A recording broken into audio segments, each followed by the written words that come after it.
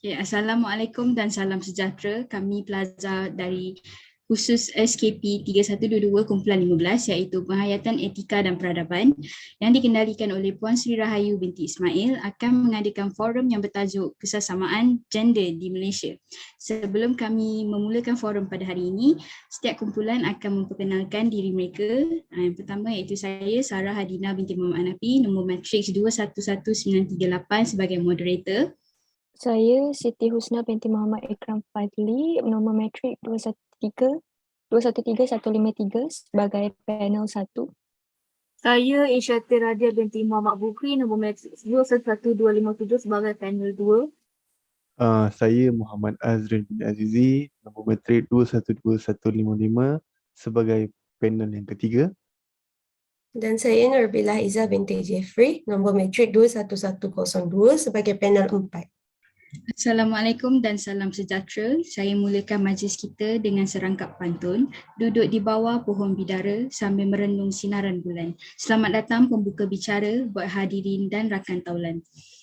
Pertamanya bersyukur kepada Tuhan kerana dengan limpah dan kurnianya dapat kita bersama-sama dalam forum yang berkisar tentang kesesamaan gender di Malaysia.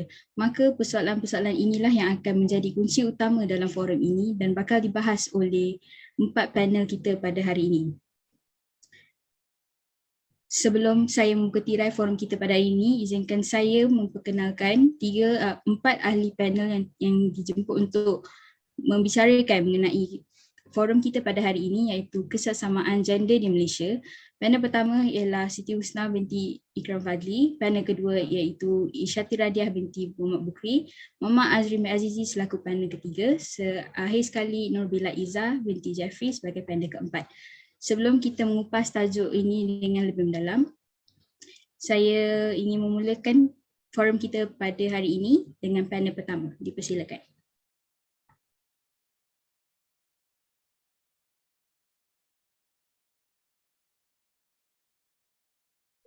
Assalamualaikum warahmatullahi wabarakatuh dan selamat sejahtera.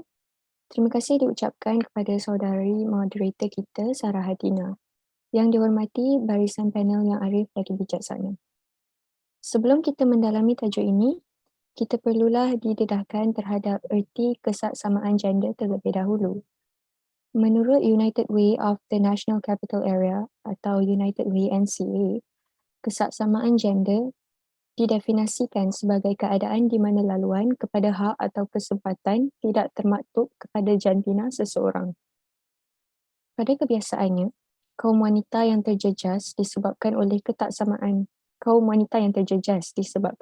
ketaksamaan gender.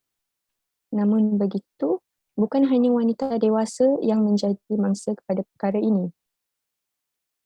Malahan, kaum wanita dari pelbagai peringkat umur dan latar belakang turut terkesan disebabkan oleh isu yang telah berterusan selama berabad ini.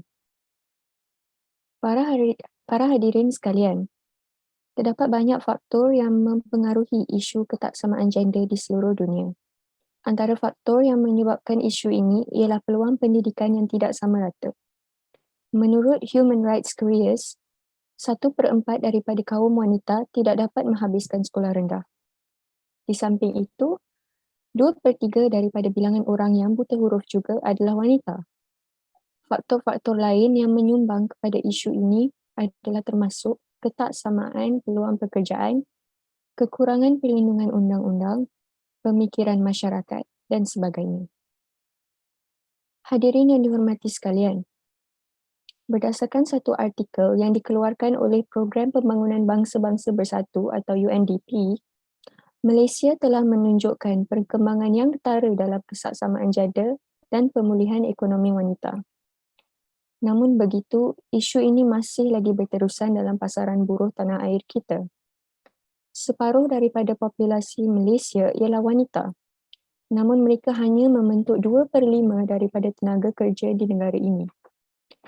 Pada tahun 2019, hanya 55.6% daripada populasi wanita di Malaysia bekerja atau mencari pekerjaan, berbeza dengan 80.8% lelaki. Justru itu, kadar penyertaan buruh wanita di negara kita adalah antara yang terendah dalam kalangan negara ASEAN. Malaysia juga diletakkan di tempat ke-97 daripada 153 buah negara dari segi peluang pekerjaan, peluang penyertaan dan peluang ekonomi dalam laporan Jurang Janda Global yang diterbitkan dalam tahun 2020 oleh Forum Ekonomi Dunia atau WEF. Konsep mengarus perdanakan gender adalah satu konsep yang dipopularkan di peringkat antarabangsa yang bertujuan untuk menilai implikasi perancangan terhadap wanita dan lelaki di setiap peringkat. Ia dilihat sebagai satu strategi yang mengambil kira perspektif wanita dan lelaki di dalam semua peringkat pelaksanaan, pemantauan dan penilaian sesebuah dasar dan program di setiap aspek politik, ekonomi dan masyarakat dengan harapan supaya wanita dan lelaki menerima faedah yang sama. Malah, kajian-kajian yang telah dijalankan oleh sarjana-sarjana di Barat memperlihatkan bahawa konsep mengarus perdanakan gender ini adalah satu pendekatan yang dibentuk untuk mengubah status quo serta membantu memperkasakan wanita. Konsep ini terhasil daripada pengenalan pendekatan-pendekatan serta strategi terdahulu yang bertujuan untuk meningkatkan kemajuan wanita dalam sektor pembangunan. Malah usaha lain yang dilaksanakan menunjukkan hasil yang positif, tetapi hanya memberi faedah kepada segelintir wanita sahaja. Pendekatan ini dilihat tidak dapat menangani halangan struktural bagi mencapai kesaksamaan gender. Pada tahun 1970-an, berlaku perubahan dalam pendekatan. Wanita diintegrasikan dalam aktiviti yang dijalankan berbanding sebelum ini mereka dilabelkan sebagai sidelines atau dipinggirkan dalam pembangunan. Dalam usaha ini, objektif utama adalah untuk melibatkan wanita tanpa mengambil kira sumbangan, pengetahuan, keutamaan serta keperluan mereka. Kelemahan yang ada pada inisiatif integrasi ini telah membawa kepada pengenalan satu lagi pendekatan baru pada tahun 1980-an, iaitu strategi mengarus perdanakan yang bermatlamat untuk meletakkan kesaksamaan gender sebagai keutamaan dalam semua aktiviti pembangunan dengan membawa perubahan kepada dasar, program dan lain-lain aktiviti yang berkaitan. Oleh itu saya berharap isu ini dapat diselesaikan dengan segera dan harus diletakkan dalam dasar wanita negara kerana ia dapat membantu memperkasakan wanita di Malaysia. Dengan ini, ia secara tak langsung dapat membawa harapan baru kepada wanita di Malaysia dalam meningkatkan pembangunan wanita dalam semua sektor di Malaysia. Terima kasih diucapkan kepada panel 1 atas pandangan yang cukup bernas itu. Oleh itu, soalan saya yang kedua ialah pendapat anda tentang terhadap kesaksamaan gender dalam aspek pekerjaan. Saya ingin ajukan persoalan ini kepada ahli panel kita yang kedua iaitu saudari Isyati Radia. Dipersilakan. Terima kasih saudari moderator dan juga kepada saudari panel yang telah mengulas tentang sedikit pengetahuan isu semasa berkaitan dengan kesaksamaan gender dalam negara kita. Hadirin sekalian, ahli-ahli panel yang bijaksana, isu diskriminasi kesaksamaan gender dalam sektor pekerjaan bukanlah satu isu baru. Malah isu ini seringkali hangat diperdebatkan saban tahun. Di sini, saya akan terangkan bahawa diskriminasi gender di tempat kerja juga boleh merujuk kepada diskriminasi pasaran pekerja, diskriminasi gaji berasaskan gender ataupun gangguan seksual di tempat kerja.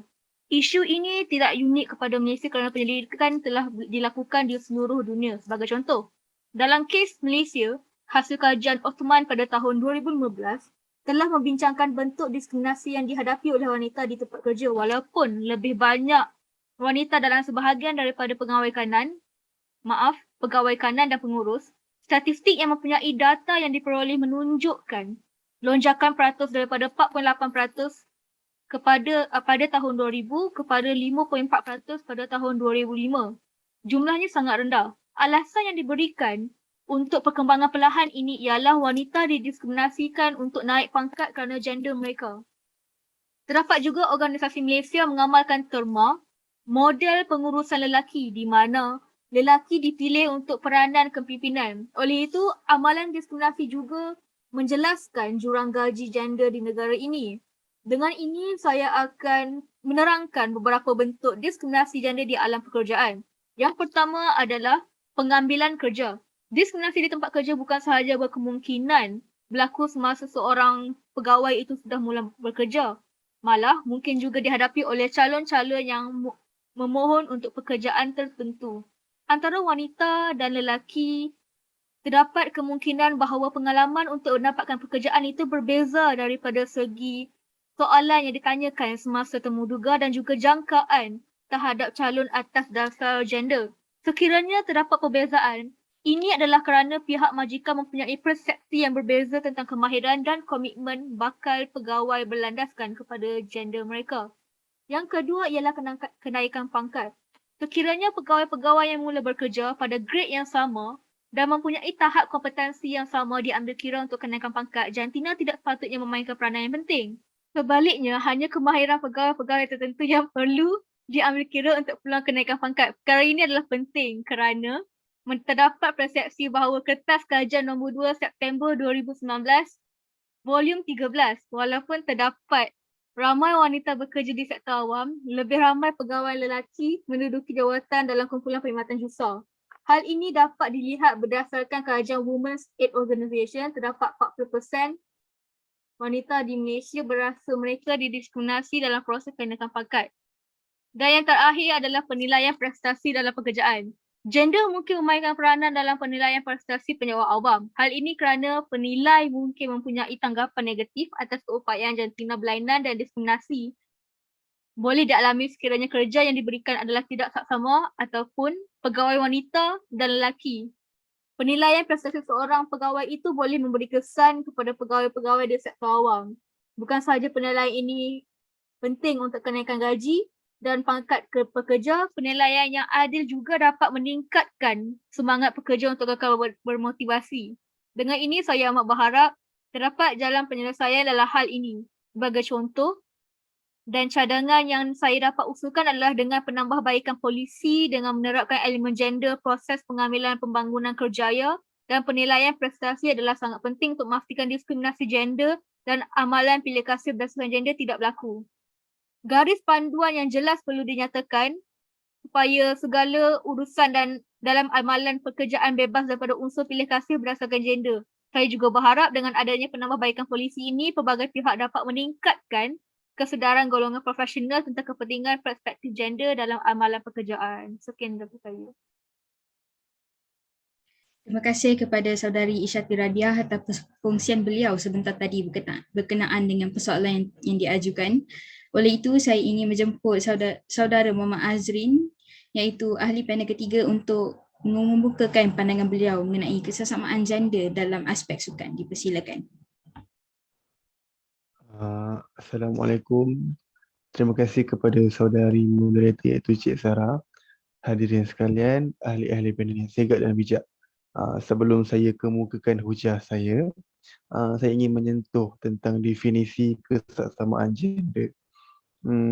Bagi pihak saya, kesesamaan gender berdefinisi sebagai memberi peluang sama rata kepada lelaki dan wanita untuk mengakses sumber-sumber negara yang mempunyai nilai-nilai yang sama dalam masyarakat. Untuk pengetahuan semua, ni kita pergi ke sukan. Pada mulanya sukan tidak terkenal dalam kalangan wanita. Buktinya ketika Olimpik di Athens, Greece pada tahun 1896, tiada langsung penglibatan wanita. Hal ini kerana mereka percaya bahawa sekiranya wanita terlibat dalam aktiviti fizikal, ia boleh merosakkan sistem peranakan dan kitaran haid wanita. Namun peredaran zaman telah mengubah segalanya. Tetapi masih tiada lagi undang-undang yang khusus untuk wanita dalam sukan. Okey, saya pergi kepada perbincangan mengenai sukan menurut undang-undang di Malaysia. Okey, definisi sukan ialah aktiviti yang dilakukan secara kompetitif yang melibatkan fizikal dan tenaga di mana seseorang itu didorong oleh kepuasan dalaman dan dikaitkan dengan ganjaran luaran. Manakala ahli sukan pula ialah peserta sesuatu sukan. Ini menunjukkan bahawa ia termasuk kepada penglibatan lelaki dan perempuan tanpa ada perbezaan dari segi hak. Okay, seperti yang kita dapat lihat sekarang, sukan pada masa kini telah moden hingga ia menjadi kerjaya profesional dan juga perniagaan. Oleh sebab itu, penglibatan wanita dan haknya perlulah dijamin dalam undang-undang. Jikalau kita sebut mengenai undang-undang, saya ingin menyentuh sedikit mengenai peruntukan undang-undang bagi setiap gender, terutamanya wanita dalam sukan. Perkara ini terdapat dalam Perlembagaan Persekutuan. Okey, perkara ini telah dijelaskan dalam perkara 5 dan 8. Yang pertama iaitu perkara 5. Ia menyebut tiada seorang pun boleh diambil nyawa dan dilucutkan kebebasan dirinya kecuali undang-undang. Ini bermaksud seseorang itu bebas melakukan apa sahaja selagi mana ia tak bertentangan dengan undang-undang termasuk sukan. Dan perkara 8/2 pula menyebut semua orang adalah sama rata di sisi undang-undang dan berhak mendapat perlindungan yang sama rata. Ini membawa makna kepada semua orang tak mengira bangsa, jantina dan keturunan berhak dilindungi dengan sama rata dan diperlaku adil. Di sini kita lihat meskipun tidak khusus mengenai peruntukan khas untuk gender, namun kedua-dua jantina bebas dan berhak untuk terlibat dalam sukan, terutamanya wanita lah, yang dikira sebagai golongan minoriti dalam sukan. Selain itu, terdapat juga hak kesamarataan dan perlembagaan gender dalam pekerjaan. Okey, kenapa saya kaitkan sukan dengan pekerjaan? Ini sebabnya. Sebelum 2001, perkataan jantina tidak diletakkan dalam perkara 8/2. Ia membawa kesan kepada kurangnya golongan wanita yang melibatkan diri dalam sukan sebagai kerjaya. Seperti yang saya sebut tadi, zaman moden ni sukan telah menjadi sebuah kerjaya. Namun setelah itu ia telah dipinda selepas tahun 2001, iaitu perkataan jantina telah diletakkan dalam perkara 8/2. Ada juga disebut dalam jadual 2 dan 3 Akta Perlembagaan Sukan 1997, iaitu tentang jaminan hak wanita dalam sukan diwujudkan. Okey, seperti yang kita tahu, mana-mana sebarang undang-undang negeri yang bercanggah dengan Perlembagaan Persekutuan, ia akan terbatal serta-merta. Maka dengan itu, kita tak perlu risau. Sudah pasti undang-undang domestik akan patuhi segala hak wanita dalam sukan yang terdapat dalam Perlembagaan Persekutuan lah. Di samping itu, ada juga dasar-dasar dan soft law yang diwujudkan untuk menghormati wanita dan meningkatkan penglibatan wanita dalam sukan atau pekerjaan sukan. Antara dasar itu ialah dasar wanita negara. Dasar ini menjamin perkongsian saksama antara lelaki dan wanita dalam sumber serta maklumat dan mendapat peluang serta faedah yang sama. Dengan itu, hak wanita dalam sukan akan terjamin. Dasar yang lain ialah Pelan Tindakan Pembangunan Wanita. Pelan ini telah menyebabkan sokongan wanita dalam sukan meningkat, seperti memberi peluang pembelajaran. Hal ini menyebabkan lebih ramai atlet wanita bergiat dalam sukan. Hal ini menyebabkan lebih ramai wanita bergiat dalam sukan, menyebabkan bilangan atlet bertambah, jurulatih dan pegawai sukan meningkat. Namun hingga kini tiada lagi undang-undang yang jelas dan spesifik untuk hak gender terutamanya wanita dalam sukan. Yang sedia ada tidak mencukupi. Tapi saya petik kata-kata daripada Datuk Nicholl and David, Ratu Squash negara kita. Beliau tidak pernah mengalami diskriminasi sebagai wanita dalam sukan di negara Malaysia. Namun beliau rasa bertanggungjawab untuk mengetengahkan isu ini kerana wanita berhak mendapat hak sama rata seperti lelaki dapat. Daripada pernyataan itu, kita dapat simpulkan bahawa walaupun undang-undang tak begitu jelas, tetapi kesaksamaan gender dalam sukan masih lagi positif. Terima kasih. Terima kasih saudara Azrin atas hujah yang amat bernas sebentar tadi. Seterusnya saya ingin menjemput saudari Nurbila Izzah untuk mengemukakan pandangan beliau terhadap kesaksamaan gender dalam aspek pendidikan. Dipersilakan. Terima kasih diucapkan kepada saudara moderator kerana memberi peluang untuk saya mengemukakan pandangan mengenai isu ini. Para hadirin yang saya hormati, sebelum saya mulakan, ingin saya jelaskan kesaksamaan gender dalam pendidikan adalah soal keadilan sosial, kepentingan hak, peluang dan kebebasan. Kesaksamaan gender dalam pendidikan adalah penting untuk pembangunan mampan, untuk masyarakat yang aman dan untuk kesejahteraan individu. Di peringkat tempatan, kebangsaan dan juga global, kesaksamaan jantina dalam pendidikan kekal sebagai bidang keutamaan bagi kerajaan, masyarakat sivil dan organisasi pelbagai hala. Matlamat Pembangunan Mampan Sivil, Matlamat Pembangunan Mampan Pertubuhan Bangsa-Bangsa Bersatu 2030 komited dalam usaha untuk mencapai pendidikan berkualiti iaitu matlamat keempat dan kesaksamaan jantina iaitu matlamat kelima menjelang 2030. Menteri Luar dan Pembangunan G7 yang bertemu pada musim panas ini di UK telah membuat komitmen baru untuk menyokong kesaksamaan jantina dan pendidikan kanak-kanak perempuan yang dibina berdasarkan apa yang mereka buat pada 2018 dan 2019. Namun memenuhi agenda janji ini bukan sahaja bergantung pada merangsang sokongan dan sumber yang mencukupi, tetapi juga pada membangunkan cara yang mencukupi untuk mengukur dan menilai kemajuan.